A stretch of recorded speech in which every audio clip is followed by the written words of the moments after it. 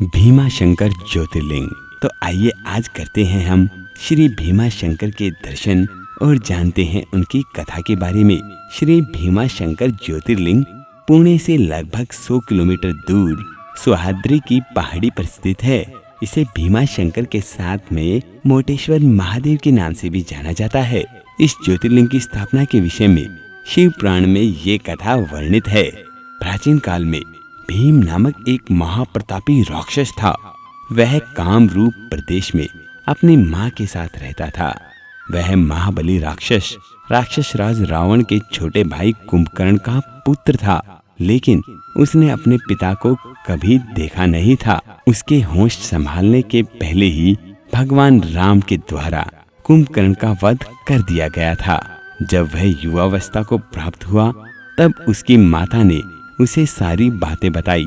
भगवान विष्णु के अवतार श्री रामचंद्र जी द्वारा अपने पिता के वध की बात सुनकर वह महाबली राक्षस अत्यंत क्रुद्ध हो उठा।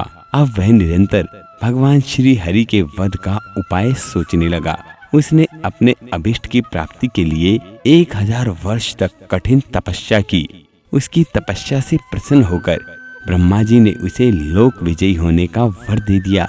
अब तो वह राक्षस ब्रह्मा जी के उस वर के प्रभाव से उसने देवलोक पर आक्रमण करके इंद्र और सारे देवताओं को वहां से बाहर निकाल दिया। उसके बाद उसने भगवान श्री हरि को भी युद्ध में परास्त कर दिया। श्री हरि को पराजित करने के पश्चात उसने कामरूप के परम शिव भक्त राजा सुदक्षिण पर आक्रमण करके उन्हें मंत्रियों अनुचरों सहित बंदी बना लिया।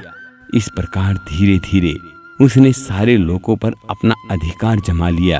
भीम के अत्याचार की भीषणता से घबराकर ऋषि मुनि और देवगण भगवान शिव की शरण में गए और उनसे अपना तथा अन्य प्राणियों का दुख कहा।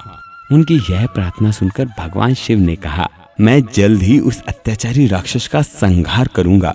उसने मेरे प्रिय भक्त कामरूप नरेश सुदक्षिण को भी सेवकों सहित बंदी बना लिया है। वह अत्याचारी असुर अब और अधिक जीवित रहने का अधिकारी नहीं रह गया।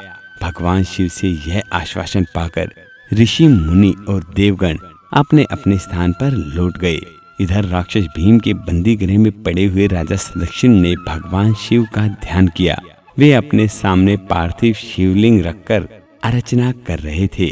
उन्हें ऐसा करते देख क्रोध में होकर राक्षस भीम ने अपनी तलवार से उस पार्थिव शिवलिंग पर प्रहार किया, किंतु उसकी तलवार का स्पर्श उस लिंग से हो भी नहीं पाया था कि उसके भीतर से साक्षात शंकर जी वहां प्रकट हो गए।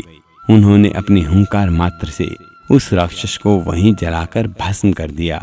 भगवान शिव जी का यह अद्भुत कृत्य देखकर सारे ऋषि मुनि और देवगण वहां एक होकर उनकी स्तुति करने लगे।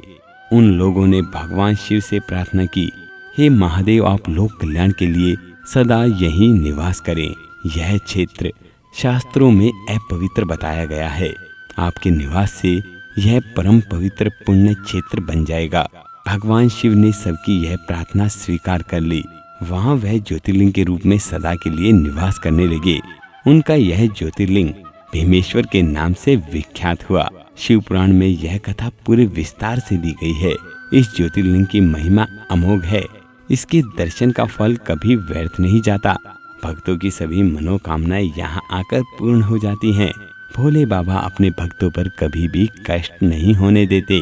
अगर आप भी भोले बाबा में विश्वास करते हैं तो अभी कमेंट में हर हर महादेव लिखना ना भूलें। हर हर महादेव, जय शिव शंकर, हर हर शंभू।